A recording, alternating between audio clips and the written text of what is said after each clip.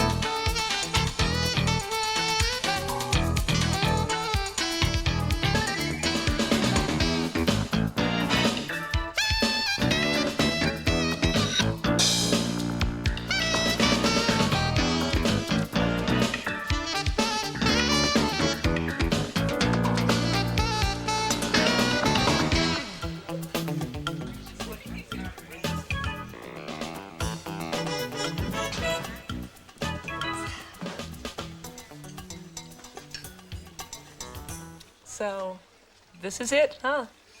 This is it. 6 months in the Caribbean on a sailboat, all expenses paid, photographing swimsuit models. I don't know. I just don't see the attraction. Here we go. One strawberry cheesecake and one a double fudge pie. What is this? I don't want this. I thought you loved cheesecake. Oh, well, I do, but You were right. I should have let her pick her own. I really don't want I'll this. go get the dessert tray. And when he returns with the tray, I'll put this back on it. Oops. Too late. Oh, Ian. Wow. Oh, it just hit me.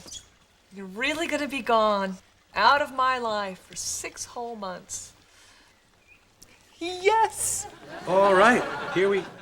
Oh, I see you've changed your mind about the cheesecake. Oh. Perhaps you'd like to take something else home with you, a little nibble to have with your coffee in the morning. No. No, thank you. The cheesecake's fine. Oh, that's the spirit. Now, come on, have a little taste. Oh, Come Ian. on, open wide. Well, this is a very sad moment for me. Oh, come on. Why do you care whether I eat dessert or not? It's not the dessert, it's the symbolism. One last moment of fun and frivolity before I go off on a grueling, possibly dangerous foreign assignment. Oh, right. Possible blinding by silicone. Now my memories of you, of cheery, go along with the fun Sue, will be forever stained by this lunch. Now, don't you want to have me remember the good times? All right. Just one bite. Good cheesecake. Wait till you taste my fudge pie. Check. How many times has that happened to you? You're doing everything you can to say no, and you end up getting bamboozled. Help! When it comes to managing your weight, saying no assertively is as important as nutrition and exercise. Whether this is your 3rd week on the program or your 33rd, I'm sure you've gotten the message that is designed to put you in control of what goes into your mouth, how you feel, and how you look. If you're in control, no one else can be. And when it comes to food, that's exactly what you want. You have a right to be proud of yourself and of what you've accomplished so far. Give yourself credit for every small change you make towards a healthier lifestyle. Every time you take credit where credit is due, your confidence in your ability to live the way you want to live will grow. And the more you believe in yourself, the more successful you'll be. Now, what we want to do today is try to perfect the art of saying no to people who are trying to make your food choices their business. Sometimes it's easy to say no. Some greasy-looking stranger comes up to you on the street and offers you a swig from his thermos. No way, right? But think about your wonderful mother, Has she ever coaxed you into a second piece of her famous banana cream pie? Oh, come on, honey. Just one more piece? It's taking up too much room in the refrigerator. Two different offers, right? But as far as your body's concerned, the stuff in the thermos and the stuff in the banana cream pie are equally bad news. Because too many fatty foods do more than sabotage your weight management goals. They threaten your health, just as much, if not more, than the strange germs lurking in the thermos. Being overweight increases your risk of heart disease, gallbladder disease, diabetes, gout, various cancers, bone and muscle problems. Sure, those are just increased risks, just possibilities. If you're lucky, you'll never have to deal with them. But what about the things you do have to deal with, that most overweight people have to deal with? Depression, embarrassment, low self-esteem, even loneliness. They eat away at you every bit as much as some terrible disease, don't they? Okay, so try and remember that the next time someone puts food up to your mouth that you don't want, you're not just saying no to the food, but to a long list of physical and emotional problems you don't want in your life. If you can learn to recognize that eating banana cream pie when you haven't planned for it is for you just as unhealthy as, say, cigarettes, you're not as likely to be as tempted. As for these people who try and push food on you, well, that's a tricky one. Excuse me. Hello? I just looked at my calendar and realized he's been gone a week. Who? Ian, how you holding up? I'm okay. You know what you need? Some of my homemade chocolate chip cookies. I just made them for Amanda's field trip, but I can certainly save you a few. Hold on a second. I'm on the phone. Good. You need to talk about it. You need to get it all out. You need to have a good cry. Sam, I'm fine. After that, how about we go over to Ruby's? It's all you can eat fried shrimp night. You are not trying to cheer me up at all. You just don't want to eat 7 pounds of greased shellfish all by yourself. And you know perfectly well that Ian was a big jerk, and I don't need any cookies to get over him. You just want company for your own laps. Well, I have news for both of you. I'm no longer the gal who can't say no. No, no, no, no, no! There, I said it. Now, I would like to be alone. Hug. Alone!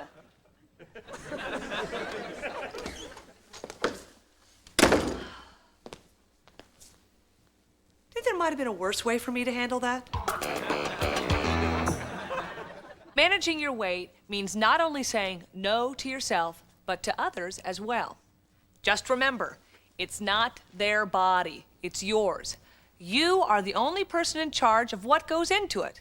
But, as we all know, sometimes even the most well-intentioned friends can turn into saboteurs. So, the challenge is to get them to hear your no without destroying your entire relationship, as just demonstrated by yours truly. How? With PRP, or PERP, as I like to call it. A strategy to help you say no graciously and clearly when someone tempts you with food you didn't plan to eat. The P stands for polite acknowledgement of the offer that's been made to you. A little acknowledgement goes a long way in winning friends and influencing saboteurs. The R for the reason you must say no. Keep it short, keep it non-confrontational, and most of all, say it with conviction. And the P, polite invitation to support you. Asking for someone's help gives them a chance to be the hero. Who could say no? So, does everyone have that?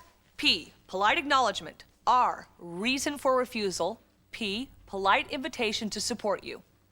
PERP. PERP. Go ahead, try it. PERP. PERP. Do it a few times till it really gets stuck in your brain like some old disco song.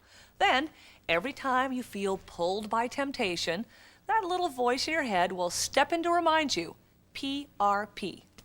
PERP. Let's see if a little PRP doesn't do wonders for my TACT. Mom,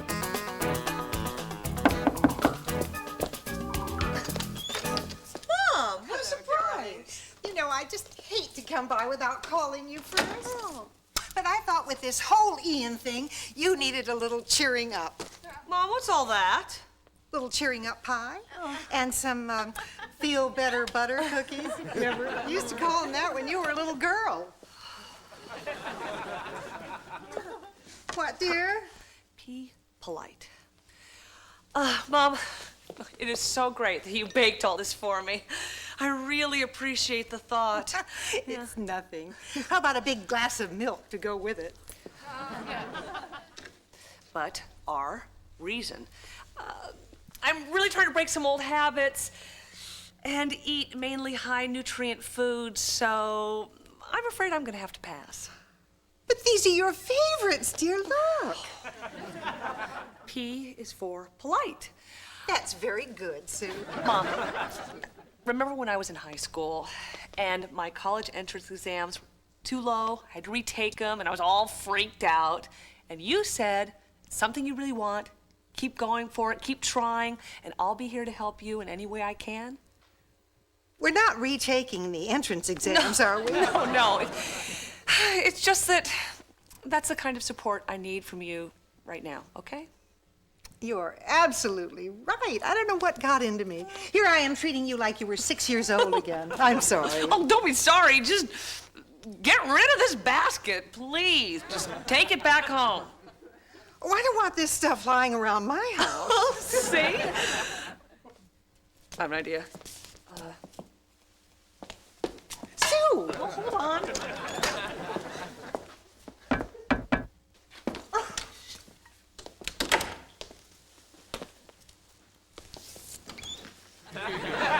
You rang? This is for watching Will the other night. Oh, gee, thanks. Oh, well, don't thank me. Just take my trash down for a week. There's fudge in there. Deal. All right. Bye-bye. Ow! Oh, you are a devil. I know it. That worked pretty well, if I do say so myself. I think it'll work just as well for you. If you do run into any trouble, like with people who just won't take the hint, no matter how firm or polite you are, ask yourself this. If you say no to an offer of food or drink, will that person be hurt in any way equal to what being overweight does to you? Is sparing someone else's feelings worth more than your own health and well-being? I don't think so. Just know in your heart that you have the right to decide what you do and do not eat. No one can control what goes into your body unless you give them control. Now, I'd like to close with two of Jenny Craig's favorite words: plan and rehearse. Think about social situations before you're in them. The better prepared you are, the easier it'll be to follow your plan. And when you are presented with an unwanted temptation, just remember good old PERP. Polite acknowledgement of offer, reason for refusal, polite invitation to support you. PERP. If you're clear and direct and honest about your needs, no one will do anything but admire you. Keep up the good work. I'll see you soon. Every language has the word no. We know a lot of them. In German, 9, right. Well, we know that from Hogan's Heroes, where I get all my information. And in Russian, нет. In Iraq, when they cut off your hand. It's an effective way of saying no. It's a very important word. I don't know how Madonna ever avoids saying it. There's the international language. We all know this. No. Right? And then there's, of course, oh no, I have a bee in my hair!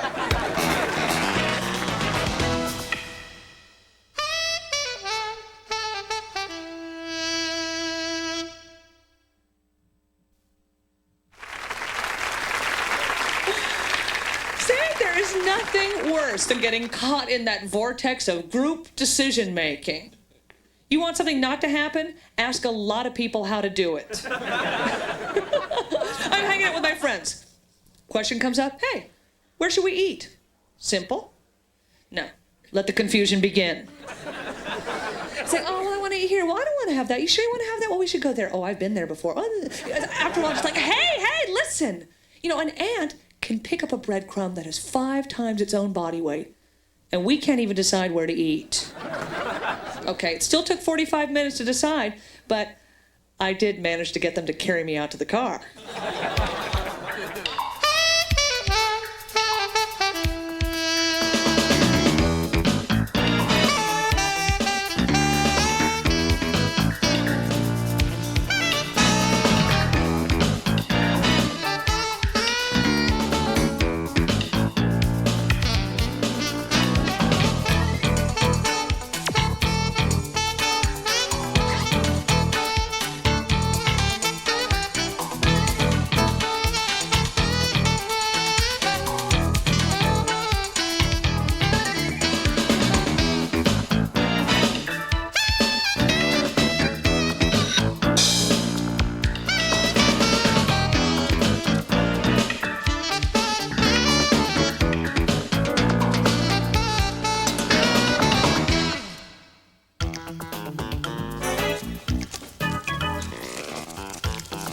How about that new seafood place just opened up? No, you know, it's pretty far. I've got to get back to the office, girls. Oh, Mario's. That Italian place right down the block. Oh, wait a minute. At lunch, they have the all-you-can-eat snow. Oh, God, no. Too tempting.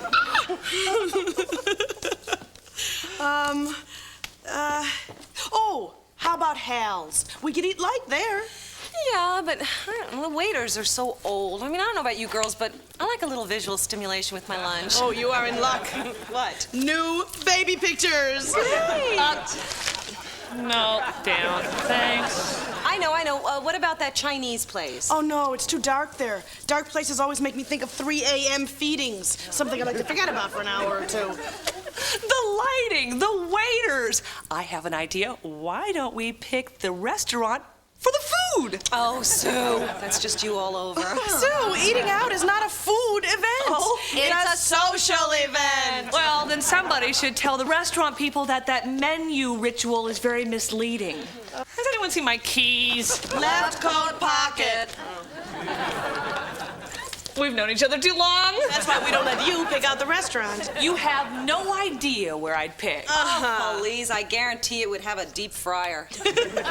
I'm going to get myself some new friends. Friends who don't know me so well. Friends who still eat potato skins. Come on, Sue, let's go. Come on.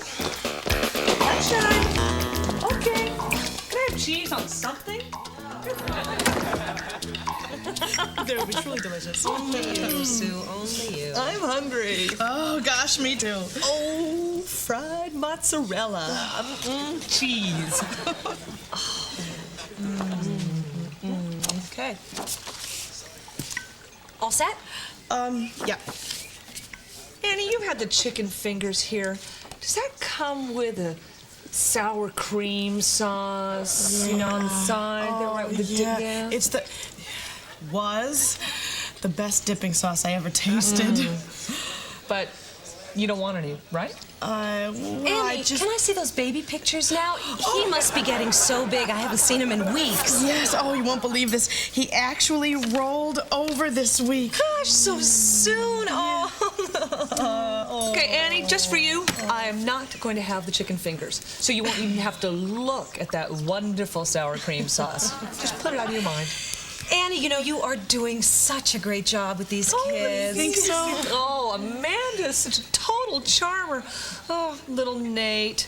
As soon as he moves, oh, he's going to be incredible, too. Didn't you hear? What? He rolled over. Oh, really? So soon? Yeah. Maybe if you spent a little less time thinking about your lunch order, you might catch some of these milestones when they come up. Oh, really? Good afternoon, ladies.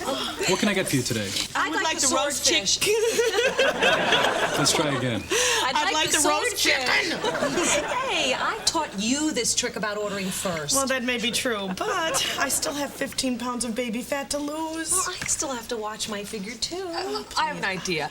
How about I order while you... No. Shall we draw straws? Why can't I order first? Because you'll probably order a bacon cheeseburger or something and go into some lengthy description of how the cheese should be melted and the bacon should be fried. And, oh, you know what? I'll have a side of mayonnaise with that if you don't mind. While the rest of us who are trying to watch what we eat will find it just a little hard to be as excited about our grilled fish. How about if we just start with the drink order? I think this table could use some wine. Let's have a bottle. No, I am not falling for that old trick. I will just have some water, please. And Annie, you just want some water too, right?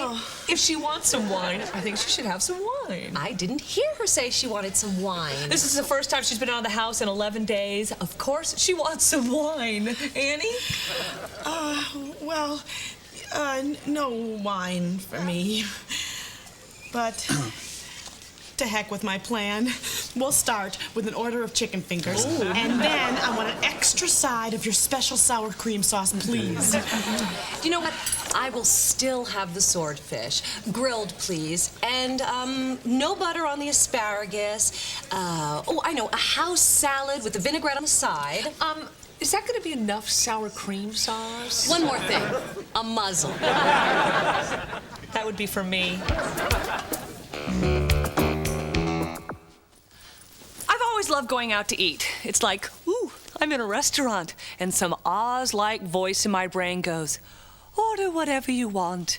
It's a special occasion. When in fact, it's not a special occasion at all. I eat out constantly, and most of us do. So the thing that really makes a restaurant meal special is not the novelty of picking something off the menu and poof, someone brings it to you, but the pleasure you get from the people you're having the poof with. In the words of my good friend Annie, as taught to her by my good friend Roberta, who I'm sure will be speaking to me again sometime soon, social events are people events, not eating events. As you might have noticed, this was a whole new way of thinking for me, but it really does make a huge difference in how you approach a restaurant. So let's get out the Eating Out Bible and go through it. Okay, here we go. When you're going out to eat, always have a plan. That means picking a restaurant that serves food you can work into your plan. If you've been invited somewhere you're unfamiliar with, don't be shy about calling ahead and finding out what kind of food they serve and how it's prepared. Decide what you're going to have before you get there. If there's no way to pin it down exactly, then the trick is to manage the menu. Pick up your menu, take a quick look through, focusing on salads, sandwiches, grilled fish, poultry, vegetarian dishes, or light pastas. Make a decision, close the menu. Don't sit around drooling over the fried appetizer section for hours, like some of us have been known to do. It'll only lead to trouble. Okay, what's next? Whenever you go out to eat, order water. Drink water. And drink some more water. Okay. Always ask about preparation techniques before you order. Then ask for it your way. Just because the menu says fried doesn't mean that they won't be willing to toss it on the grill for you. Ask for your pasta to be tossed in wine or broth instead of oil. Ask for salad dressings on the side. Or better yet, ask if they can bring you a cruet of balsamic or rice vinegar. These are all simple, reasonable requests that waiters hear every day. Remember, you're paying. You call the shots. Okay. Always order first so you won't be distracted by someone else's order. So that's what those two were doing. And last but not least, prepare for the unexpected. There's always going to be a birthday to celebrate or an expense account lunch or... thanks. Where was I? Oh, yeah. There's always going to be some goodie showing up unexpectedly, and that can be a real invitation to lapse. When that happens, and it probably will, remember that four-stepping can really help you out. Here, let's take Annie's fried chicken fingers as an example. Don't be so hard on yourself. Splitting an order of chicken fingers and an extra order of sauce is not the end of the world. It's okay. All right. I was having lunch with my friends. I was feeling good about my plan until Sue started carrying on about the sour cream sauce and how I don't get out anymore. Then I started getting depressed, so I decided to order some chicken fingers to help cheer myself up. But it only made me feel worse. I had no idea I was putting her through all this.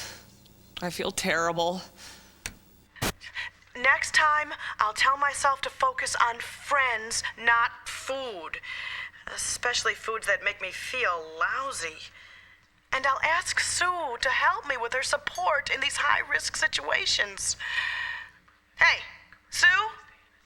Keep your chicken fingers to yourself.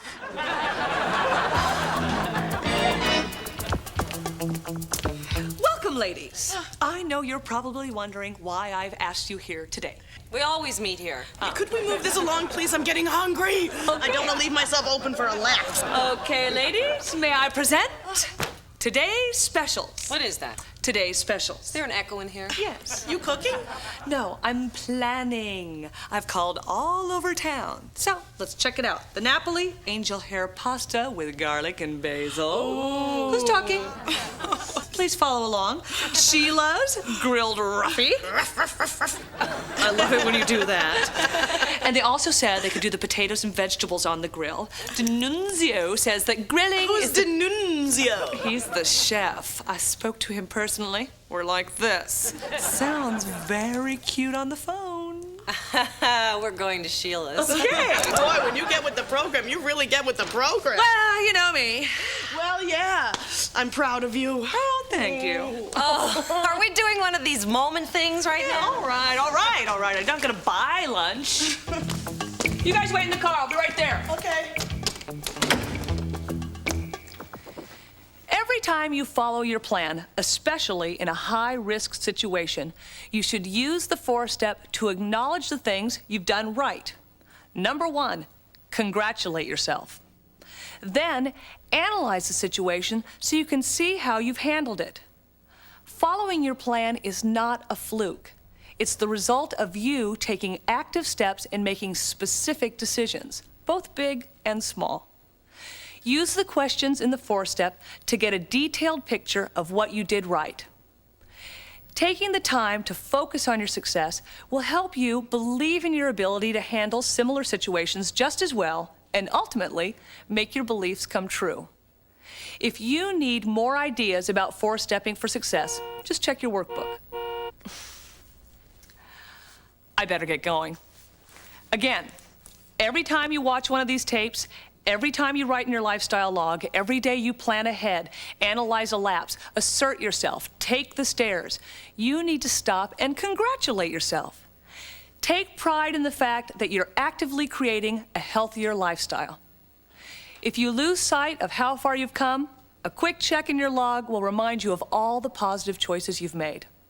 You're doing great. Just keep it up. And when it comes to dining out, just remember, eating out is not about the food, it's about the people. Okay, I'm coming. Food comes and goes, but friends are irreplaceable.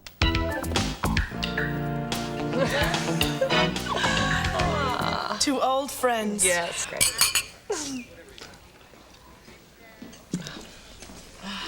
Which one of you lovely ladies is a Sue? You must be D'Annunzio. I'd recognize that voice anywhere. Maybe irreplaceable wasn't the right word.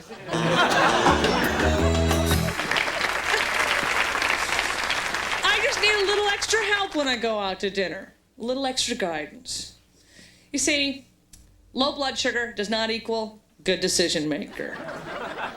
Especially when you go to one of those places that has that huge menu with all those billions of pages and choices. Like, I don't know what to choose.